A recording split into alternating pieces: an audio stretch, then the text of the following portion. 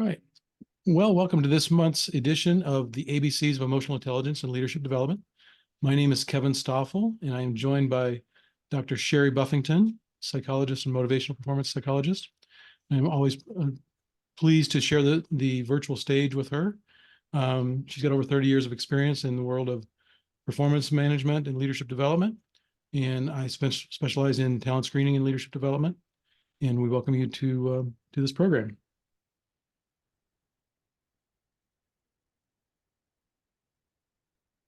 So we start out with the foundational elements of emotional intelligence leadership development. And we really call this program the ABCs because it really boils down to these three things: the awareness, expanding our awareness to make better choices, and doing so with a caring approach, both to caring to ourselves and caring for other people. And when we do those three things, that's where true leadership begins, and true leadership begins with leading ourselves well. So that's what this program is all about, is the ABCs of leading ourselves well. Whoop.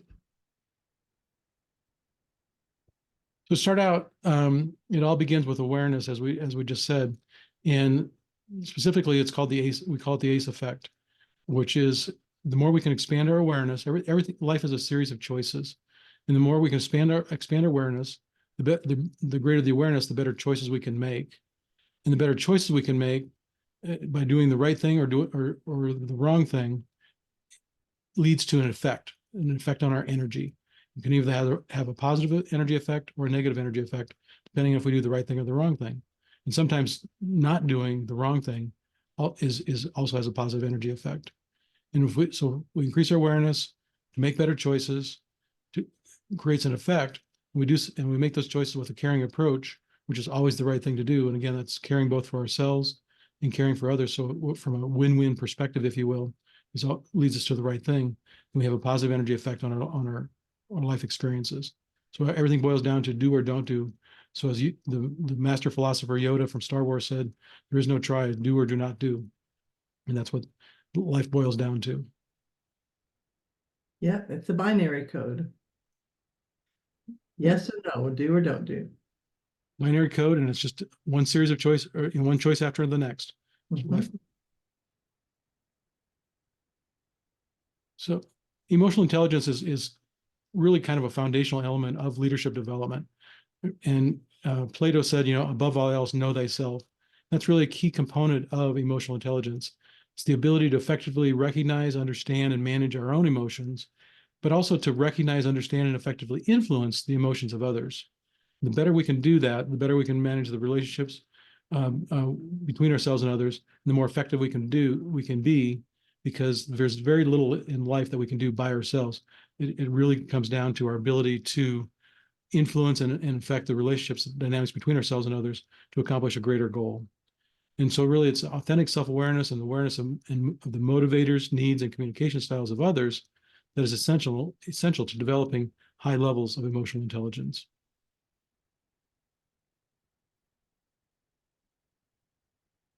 So this is a series program that Sherry and I are conducting, the foundational leadership skills. We started with, we've been working through the relationship building elements listed there. And this month we're on a trust builder number 2 called Dependability. And trust is the foundation of all leadership, because no one is willing to follow someone they don't trust. So if you missed the previous sessions, they're all recorded on YouTube. You can go out to, if you do a YouTube search for the ABCs of Emotional Intelligence and Leadership Development, you'll find those recordings on motivation, influence, assertiveness, integrity, and honesty. So we invite everybody to go out and look at those as well. And each month we record these sessions and post on YouTube. So if you miss we invite you to join live future sessions, so you can ask questions and engage in the conversation with questions that are specific to you and your life, to be more applicable to you. But if you do miss a session, you can always go back and listen to the recording.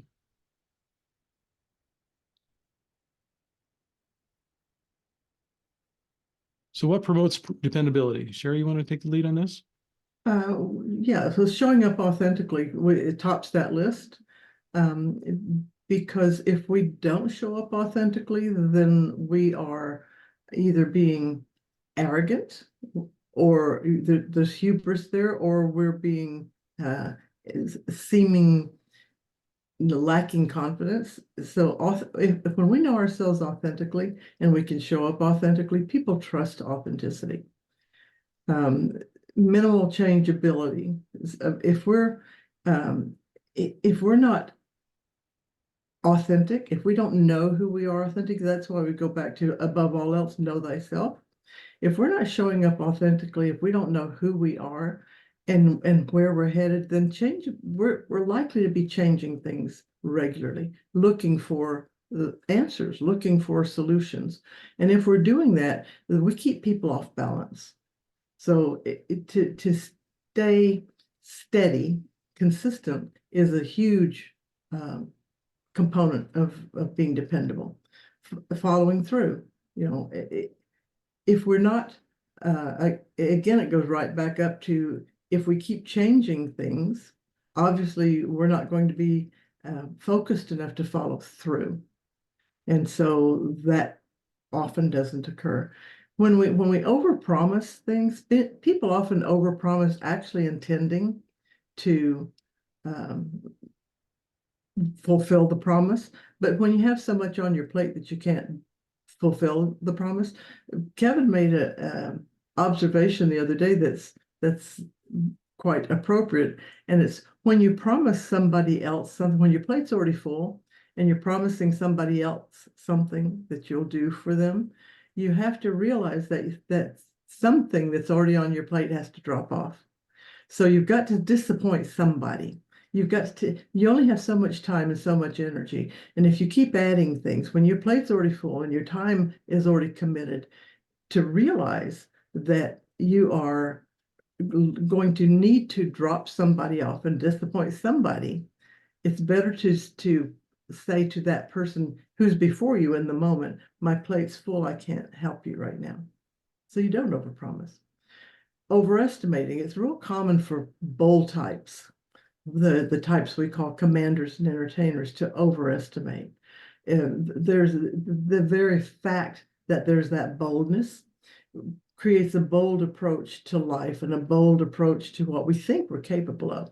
And so it's real easy to assume that we can do something in a time frame or something we haven't tried yet, just because of that bold approach. So recognizing if you're a bold person, you're going to have the tendency to overestimate. You're going to overestimate how much time it takes to do something. You're going to overestimate what you're capable of. And if you regularly do that, people won't trust you. Having hard conversations, that tends to be a problem most for the reserve types, the introverts. So in core language, that would be relators and organizers. The hard conversations, and especially the feeling types, entertainers and relators, the feeling types avoid conflict. And so hard conversations, the thinking is that this hard conversation might lead to conflict. If you change your thinking around that and you realize that having those hard conversations, none of us know how to read minds. So if what I'm telling you isn't what you need to hear in the moment, if it doesn't put us on the right path so that we can make the right decisions, then I've actually created a problem for you. I've created conflict, maybe not this moment, but down the road. So when we're looking at the need to have hard conversations, think differently and think in terms of, I am helping this individual to understand where I stand at the moment and where things stand at the moment. The ability and willingness to say no, that's still that's that same group of people who can't have hard conversations. They tend not to say no, which is why the plate's too full, which is why they overpromise, right? Their plate gets too full because they're not willing to say no. And if you are an individual who wants to avoid conflict, and most of us do, but certainly the feeling types want to avoid conflict more than the thinking types. But learn to use a soft no. Understand that if you avoid hard conversations and you don't like saying no to people, so your plate's overfull, then learn to say a soft no. You'll never do a hard no if you're a feeling type, but you can learn a soft no. What does a soft no look like? A soft no is, I understand that you need that done, and I would love to be able to help you, but my plate is full right now, and I might not be the best person to rely on to get that done. You're still saying no. You're just not saying, no, I'm not, I can't do that for you. That's a hard no. So find ways to refuse something, to say no with a soft way. And that's essentially, I understand, I wish I could help, but I can't. That's a soft no. Yeah. One of the things I think about, Sherry, as I look through this list is, and you mentioned, you referenced it a couple of times, but it's really comes back to the core map, understanding of core map, which is a personality assessment that you developed, and understanding where you fall on that, and having that awareness to be able to show up authentically according to who we were born to be versus who we've been conditioned to be. But also when we have the understanding, are we a bold type or a reserve type? Are we a thinking type or feeling type? That gives us a better understanding of what perspective we're coming at life from, which then plays a role in all of these dependability attributes, Yeah. right? If we don't have that awareness and understanding, we don't really know why we're doing things what we're doing in this list, the why behind the what, if you will, and the why is so important to our ability to understand and accept who we are, so that we can be kinder towards ourselves, and then therefore make better decisions with a more caring approach. And to learn strategies for interacting with other people and with ourselves. Yeah. Yeah. So You anybody know, that hasn't really gone through a process to learn who they are authentically according to assessment like Core Map, really needs to do that. and Kathy, you had a comment. I'm looking at this too and thinking about the authenticity, and as you're talking about self-awareness and being aware that these things impact who we are and how others see it, more so than how others see us, and not realizing how much these pieces really make a difference. And if we think about somebody that we look to for leadership, for dependability, we look and see, oh, they have all these qualities. No wonder I'm attracted to them and trust them in their leadership. And that's a really good point. We don't, if someone shows up wanting to lead and they don't have these qualities, we don't trust them. And we don't follow people we don't trust, not willingly anyway. Yeah. You just think about it for a second. A leader that doesn't follow through, they become an irritant, right? A leader that always over promises or overestimates what you can do, what they can do or what you can do, and in a specific amount of time, that becomes frustrating. A leader that's just a yes person, always says yes and never says no, they get labeled a yes man, right? So there's connotations that go along with all of these that just drive us crazy in leaders that don't show up in this way. Well, and you often hear people say, just need to be more dependable, right? Well, what does that look like? What does that look like? Dependability is a very general term until you look at the pieces that make up dependability and you go, oh, am I doing any of these things? And if I am, and I want to be more dependable, I need to stop doing these things. And I will say that one of the great benefits of going through this program is that leaders are usually made. They're not just a natural. And if someone wants to work in leadership, they aren't aware of what that actually means and how to become that. And so even just having this simple list helps to move somebody through and going, oh, I need to work on this, this, and this. Yeah, it's a checklist, isn't it? Mhm. Yeah, I think that's a great point, Kathy, that leaders, anybody can be a leader, right? There's certain people that are bold types are more naturally drawn to leadership roles because of their boldness, if you will. So they do automatic or more readily end up in leadership roles. But even the introverts or the reserve types can be leaders if they so choose to be, if they do these kinds of things. Yeah, and in fact, the one that you'd assume would be the least effective leader, relators, which is the feeling introvert. I've actually had people who have a relator boss say, I would follow that person over a cliff if they asked me to. If they went over, I'd go over with them because I would know for certain there's a soft landing at the bottom. Yeah, because one of the primary characteristics of a relator is caring for other people. Right. And as we said, the ABCs, caring. If you lead with a caring approach, not only for yourself but for others, people are willing to follow that.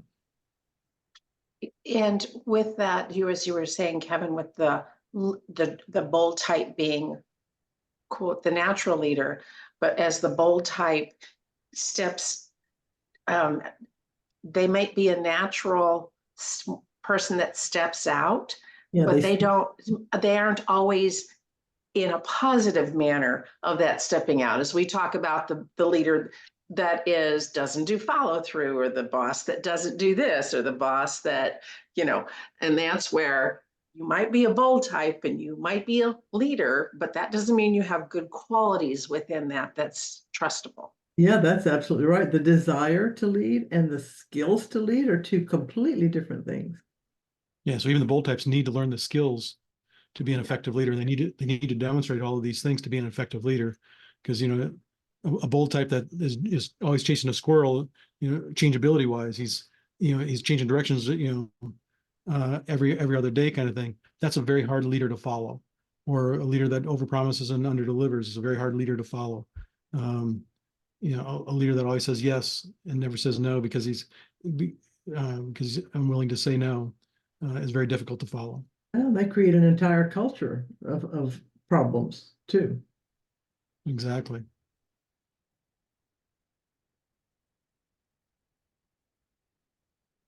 So So what, the discussion then was what prevents you from having these attributes. What do you think might prevent that, Kathy?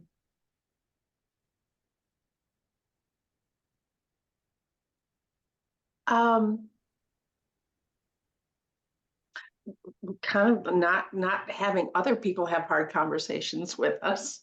If someone else is just letting it go, that we have role models that are not showing us how to do things properly. That's a good point. And if you haven't had that modeled to you, it becomes a pretty steep learning curve to learn it on your own. Where do you go to find these things if you haven't had it modeled? This programs. Exactly. But, yeah, we mimic what we've had modeled for us in life. If we haven't had good leadership modeled for us, then we mimic bad leadership. There's another primary thing, and if you think about it, it's not knowing who you are authentically. It's the persona that you hold is one that you're not proud of, or one that you are not comfortable with, right? It's a conditioned persona. It's something you've been told you were versus who you actually are, right? And we function from that too. So in that case, it's our self-esteem and our self-confidence that's leading the way. And if those are low, then we're going to be doing some of these things. Yeah. One of the things that comes up for me when I think about what prevents me from having these attributes is really related to the last two bullets, which is having hard conversations and the ability to say no. Leading with the entertainer style, which is a feeling style. I have a very strong need, hardwired need to avoid conflict. And having hard conversations, or even saying no, to some simple things feels like conflict, feels like confrontation. And so my natural wiring is I want to avoid that at all costs. And so that's one of the things that prevents me from having these attributes is my natural wiring. So the awareness of that and that wiring allows me to say, you know what, the truth is that this is not conflict. This is what's the reality of the situation, of what I need to do at this point in time, the best choice at this point in time based on this awareness of who I am and what the situation requires, allows me to make better choices to actually do what I need to do, which is sometimes say no or have that tough conversation. And there's you're talking about that, Kevin. There's another side to that coin, and the other side is the bold type, the bold thinking commanders, who haven't learned the skills. And so when they have conversations, they have hard conversations. What Kathy just said, right? Those people who have those thoughtless conversations, they're after one thing, and that's to get the result they're after, and they don't care how they have a conversation.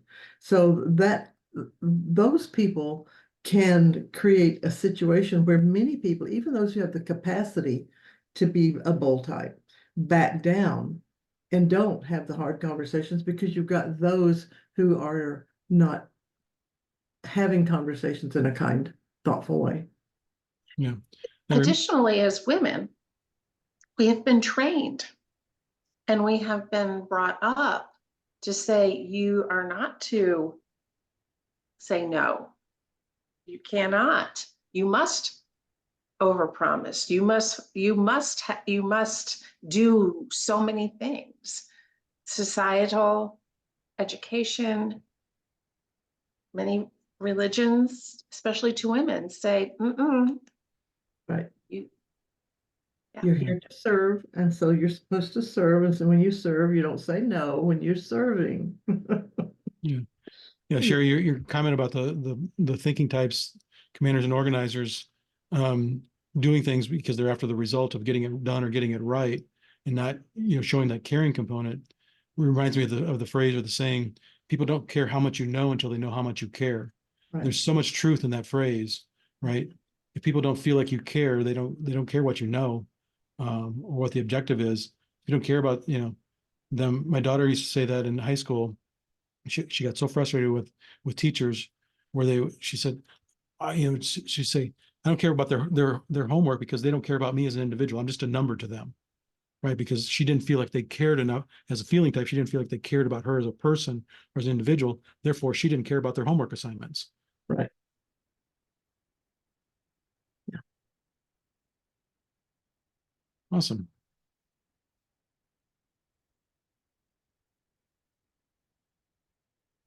So what may be preventing these people from showing up authentically?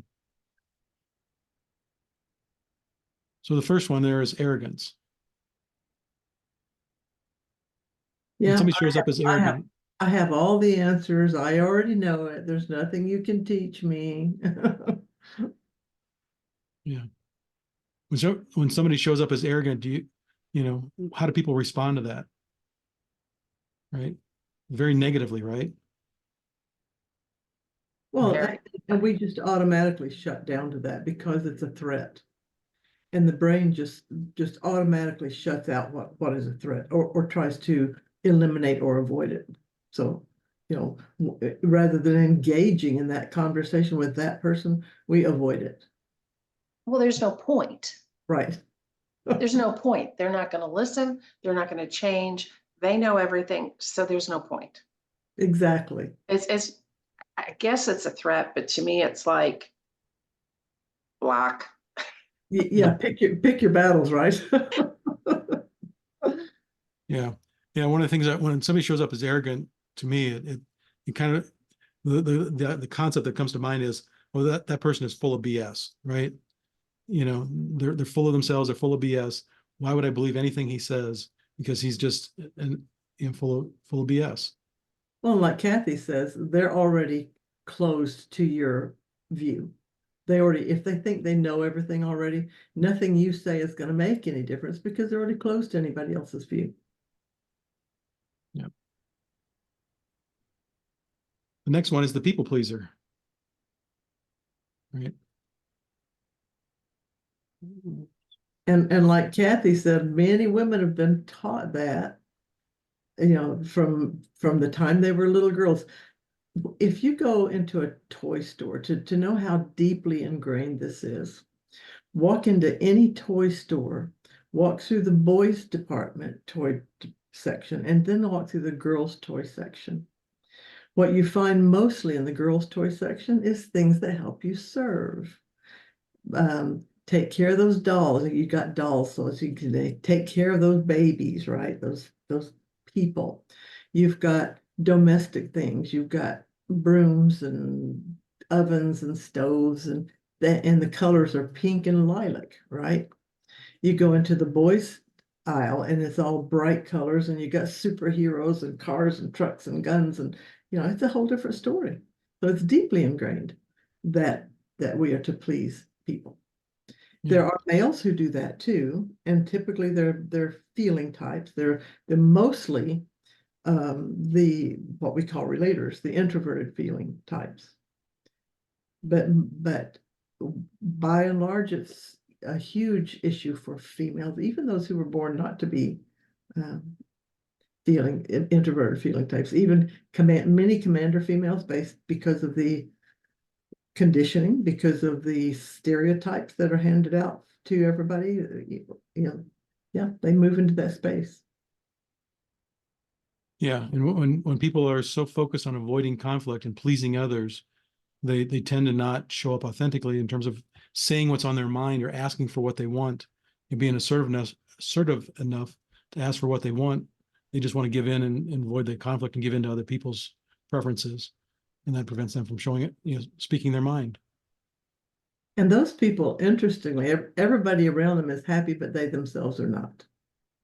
Yeah, especially if it goes on too long, they become resentful because they feel like they give, and nobody ever gives back.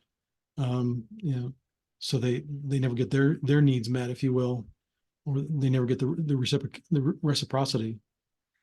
And the lesson for a pleaser to learn is that people don't think, if you look strong, if you look capable, if you're always helping instead of asking for help, people don't think you need it. And so they're not going to give you what they don't think you need. So if you need something, ask for it. And I know it's hard for pleasers to do that. But if you recognize how good you feel when you do something for somebody else, think how good they feel when you let them do something for you. Yeah. Yeah. It's kind of like, it's kind of like giving a gift, right? There's pleasure in giving a gift.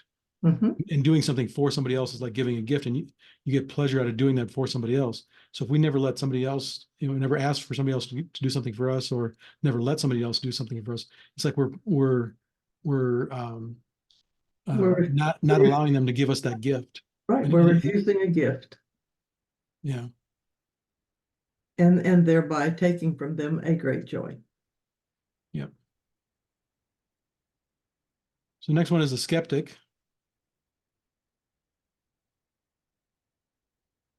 What prevents a skeptic from showing up authentically?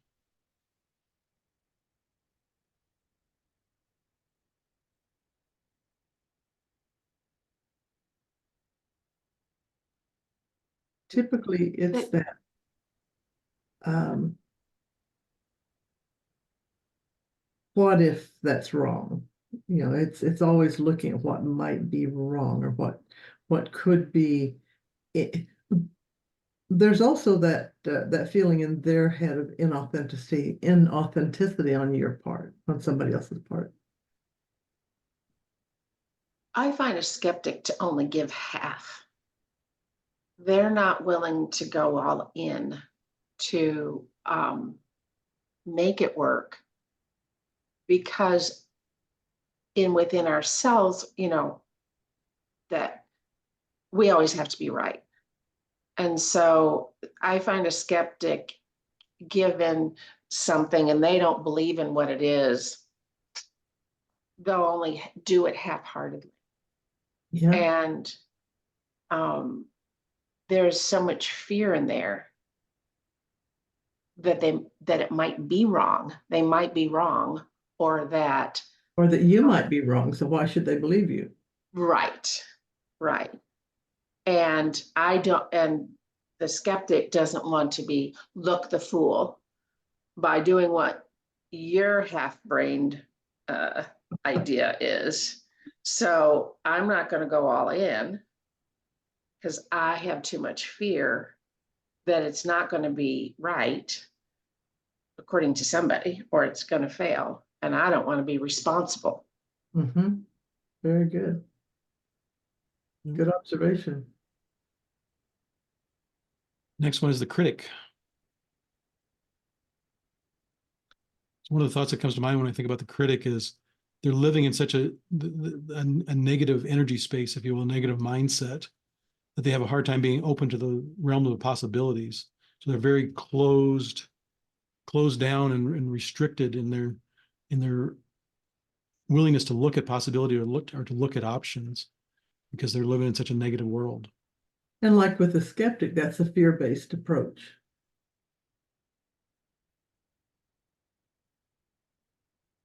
So, if you're always looking at what could go wrong, if you're always looking at the bad side of things, if you're always blaming other people and circumstances for any outcome, then, one, we're not looking at ourselves authentically.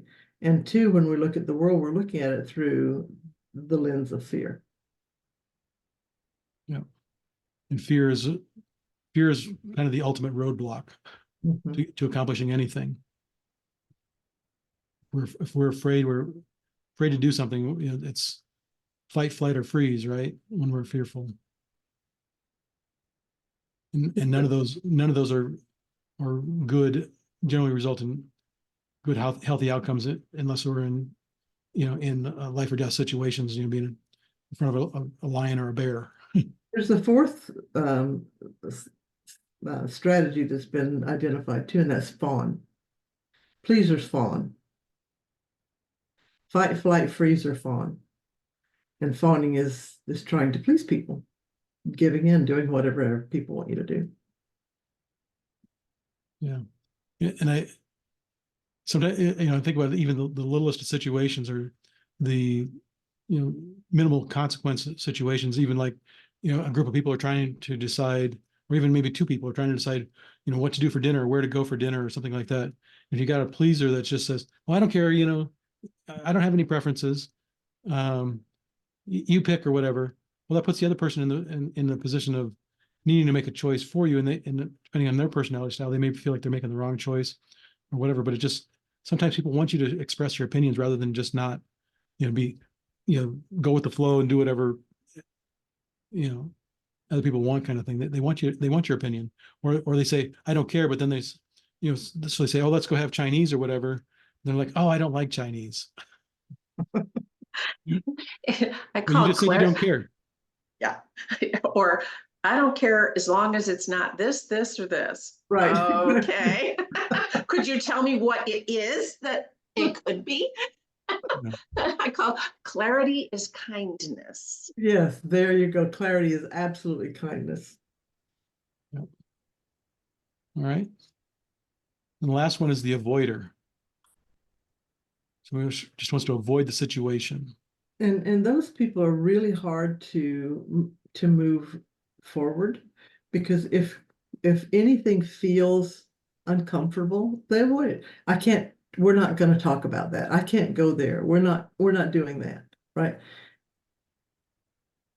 It's that old adage, you can lead a horse to water, but you can't make them drink. Avoiders refuse to drink.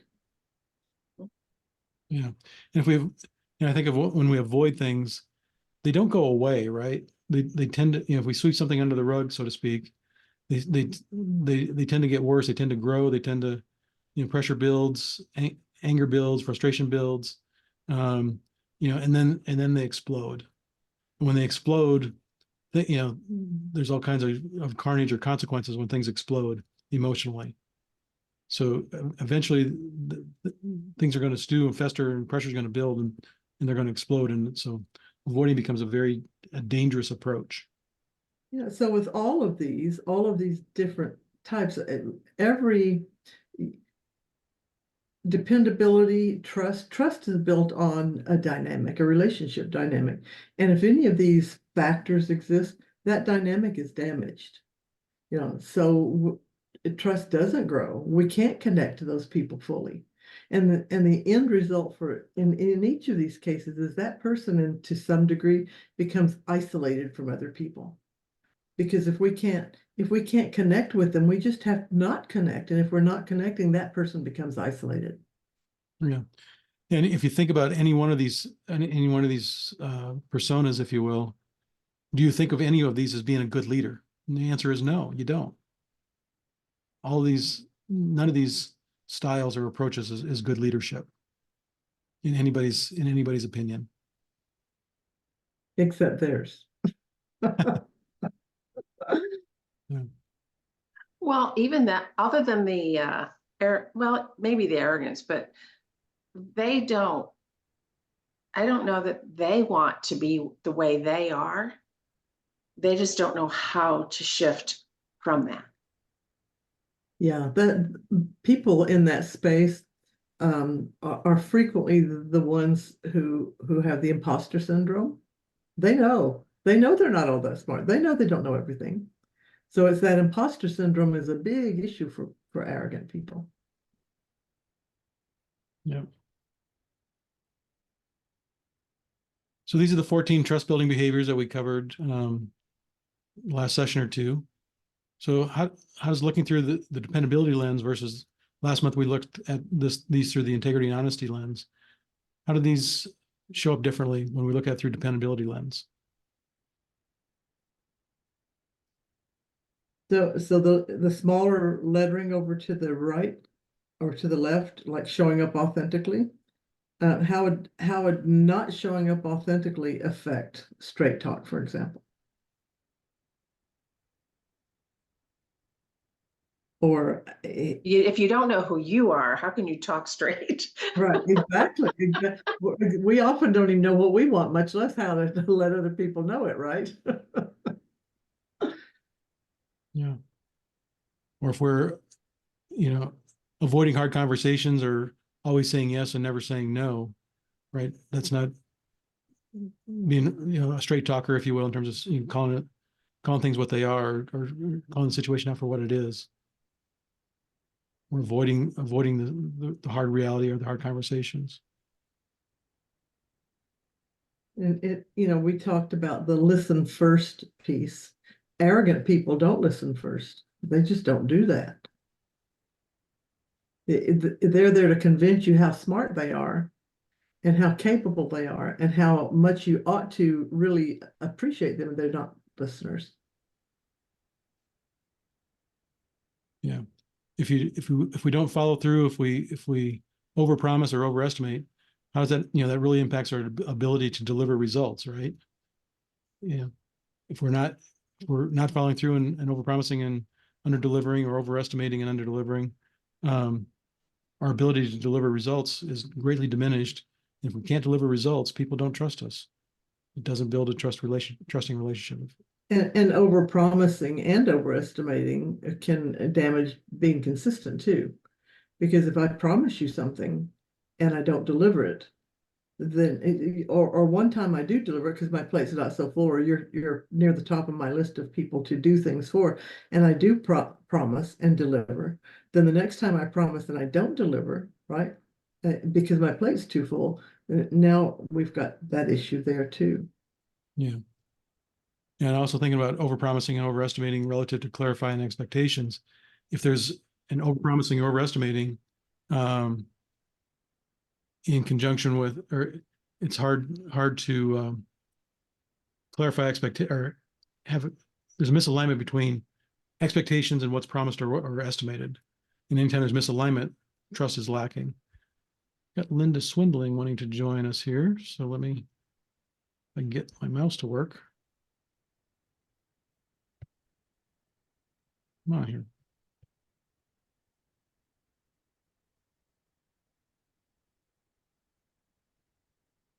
We'll welcome her into the conversation.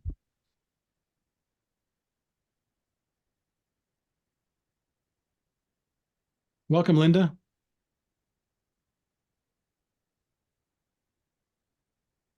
Maybe she joined. Yeah, you're muted, so unmute yourself when you can. I'm driving, so I'm just listening in, y'all. I just hadn't heard Sherry's voice in a while and just wanted to hear you guys. Bye. Well, thank you for joining us. And especially when you're driving. Yeah. So we're just talking about 14 trust building behaviors and looking at those behaviors through the dependability lens, which we've been talking about today. Dependability lens being showing up authentically, having minimal changeability, following through on our commitments, not overpromising, not overestimating, the ability to have hard conversations, and the ability and willingness to say no. And as the quintessential negotiator, you probably run into all of that a lot, Linda.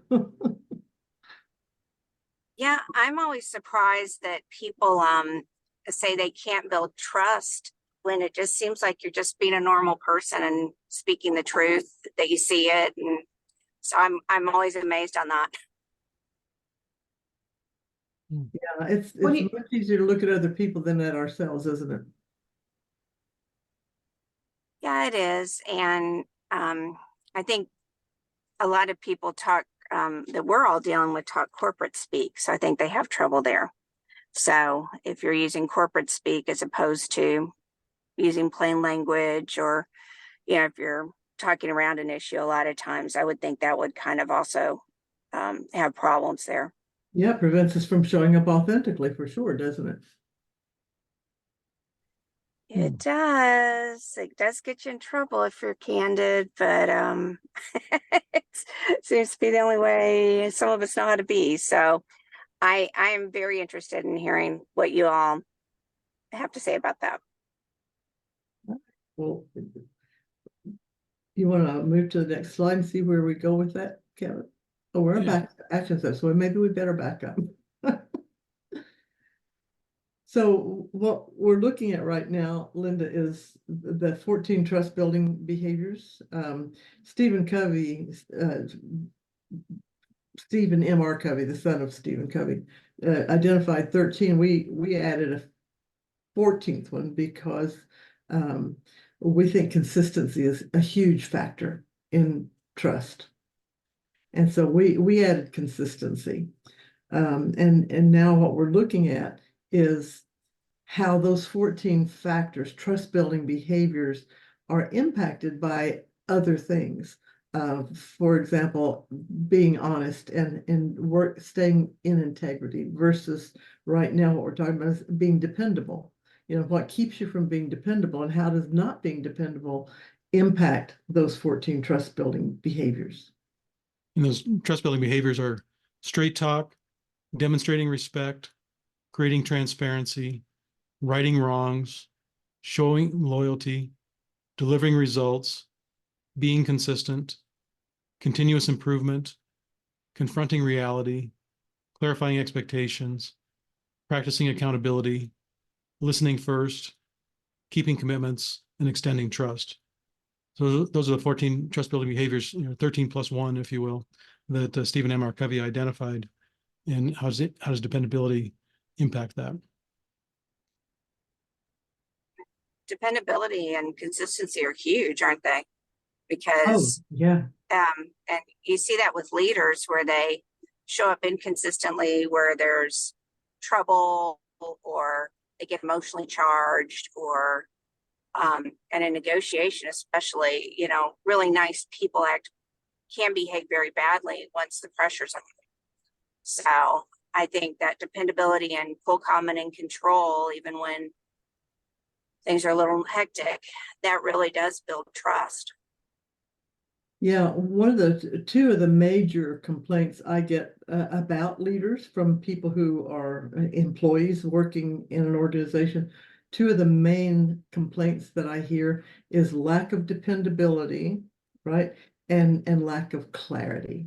So if they're not clear and they're not dependable, they're not trustworthy. And people really have problems with those kinds of leaders. But those are the two main complaints I hear. I hear that, and I hear respect.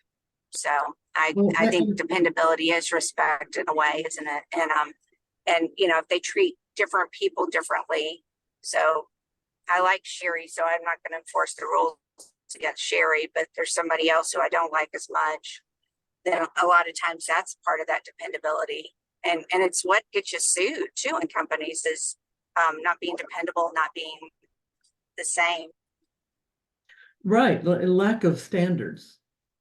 So you're right. And so we've talked about the four cultures that you find in organizations.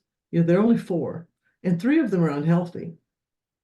So they're unhealthy for these very same reasons. They're unhealthy because as someone is not dependable, or they're not consistent, or they don't right wrongs, or they do play favoritism, right? They'll treat different people in different ways.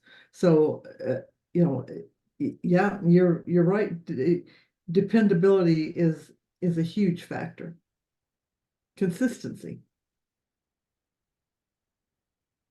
So if I'm going to treat you one way and I'm going to treat somebody else differently, then you probably aren't even going to trust how you treat me, right? If you treat other people differently than you treat me, if there's three sets of rules and it depends on the person as to which rule applies, then none of the rules actually apply.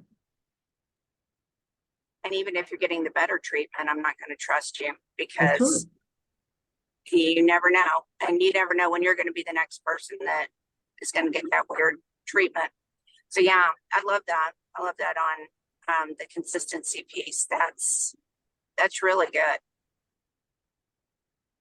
Awesome. So we're going to look at some steps that you can take. The first, we always do this as an ABC. So A is to assess your current approach to dependability in relation to your actions. So question, do my actions align with what I say I will do? Are there any adjustments that need to be made? And so if we are exploring ourselves and we asking our question, do I ever overpromise? Do I ever overestimate what I'm capable of? And so oftentimes when we overestimate what we're capable of, we do overpromise because we think we can deliver. So those are kinds of areas to look at and look at your own actions and look at the best way to assess those is to look at your the reactions of other people. How do other people react to me? Do they trust me?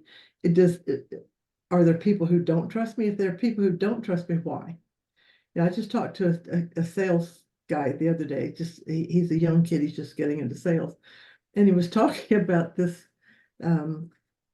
couple that he's selling this product to, and the husband was on board and the wife wasn't, and he kept trying to convince her that the numbers were correct. And I explained to him it wasn't about the numbers. You by trying to re-explain the numbers to her, you were essentially saying to her, you're not very smart. You're not figuring this. You don't understand. She understood. What she didn't have was trust in you. So the man trusted, and the more he tried to explain the figures to her, the more she withdrew. And it makes sense, doesn't it? When we understand the trust factor, we understand why the more he's trying to explain to her without saying it, he was saying to her, well, you're not very smart, right? Why would she do anything except not trust him? So when we look at situations and there are people who don't seem to trust us, ask yourself, what am I doing with this person in this situation that is preventing trust? What adjustment do I need to make? I think that's a really interesting experiment to ask yourself. Normally, when we think about trusting people, we think about why don't I trust somebody else? Mhm. But your comment about asking yourself, why don't people trust me? We rarely look at ourselves from that perspective of why do others not trust me in evaluating ourselves in that equation. That's a really powerful thought process to go through, I'm sure. And what adjustment can I make? And so, Sherry, what did you suggest to him to do for her to trust him? To ask her questions. What am I not answering for you? What do you need to know that I so you put it in your own ballpark. You don't put what he was doing was trying to explain to her the numbers, the math, right? And I'm going, it's math. She understood the math. What she didn't have was trust. So it's got to be, you got to put it all back in your own ballpark. You put it back in your own arena. What am I not explaining? So I haven't explained something well to you. I haven't presented how the value here. What am I missing here, right? To give her an opportunity to say, and most people who don't trust you won't tell you outright because I don't trust you. They will tell you why they don't trust you, because this doesn't seem like the best approach. This doesn't seem like right. So, okay, help me to understand that. Help me to understand why that doesn't feel like the right approach, right? So if I'm listening to you and I'm trying to discover why you feel the way you feel, then what you're hearing from me is I care. I care. I'm listening. Tell me what I don't understand.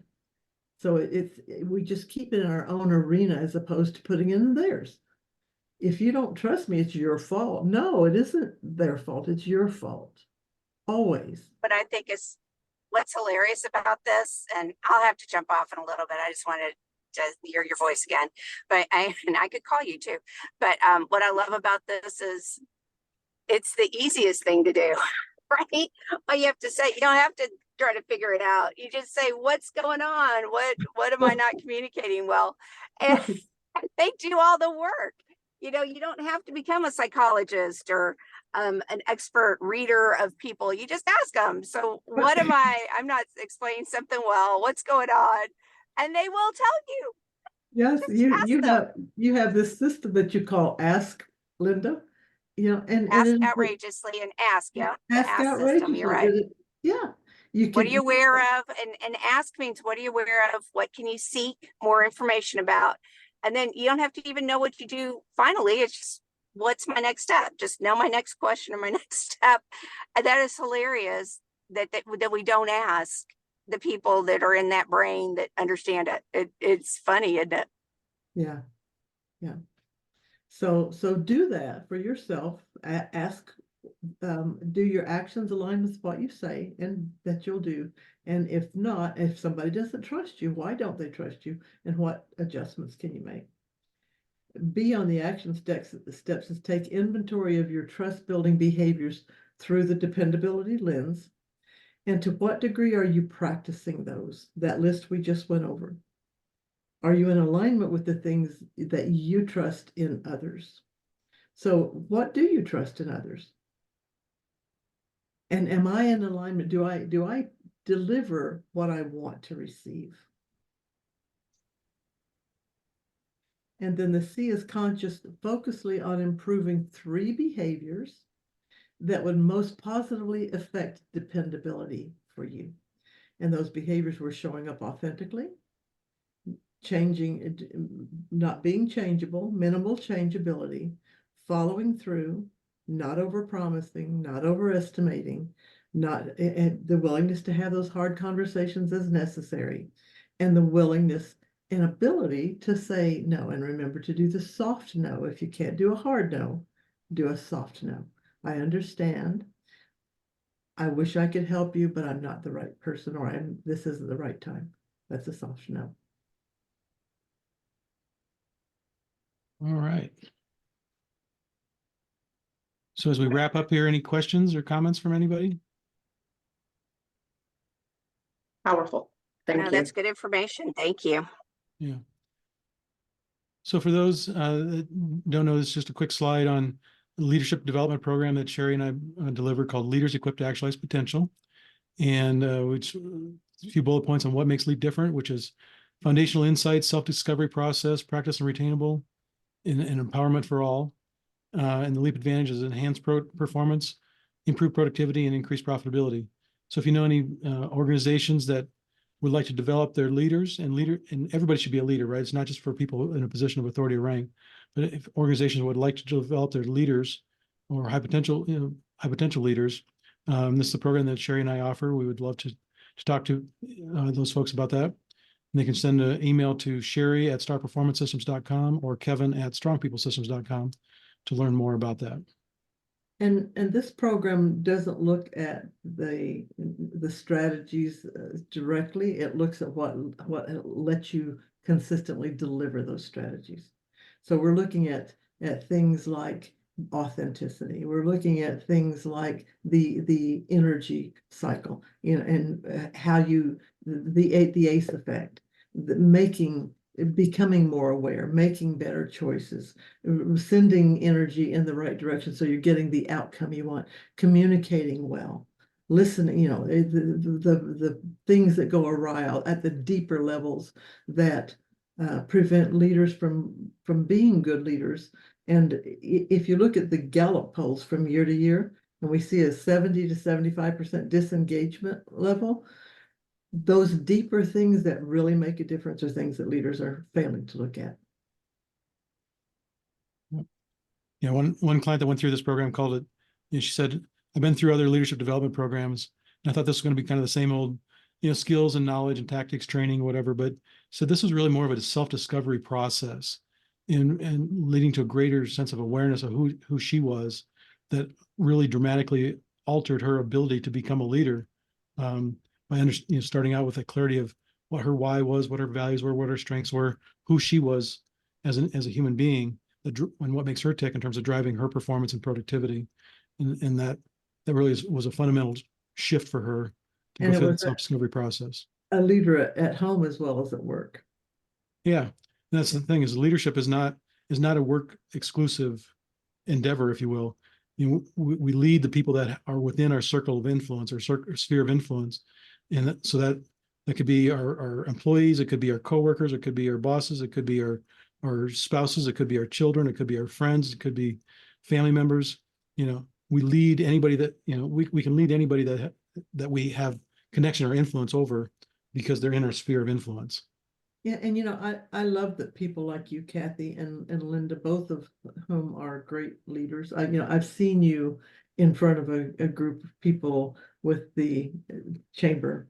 And she's been president of the chamber. I don't know if you still are, but she has been for years, and is a great leader. And to have people who are already great leaders still learning, that's beautiful. It's one of the trust building behaviors, is continuously improving, or continuous learning. Yep. Well, thank you for joining us. So next month, what? We're going to look at decisiveness. Right, because decisive individuals inspire trust and confidence in others. They foster strong leadership qualities, and it cultivates a sense of clarity and direction, which reduces stress, enhances productivity, and empowers individuals to achieve their goals. So that's what we'll be talking about next month. Same second Wednesday of the month, July 10th, from 10 o'clock Mountain Time or 12 o'clock Central Time.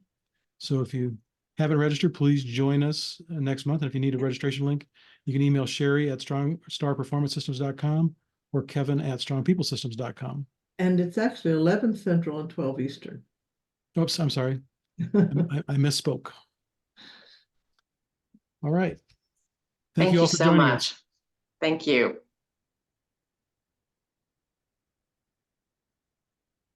All right.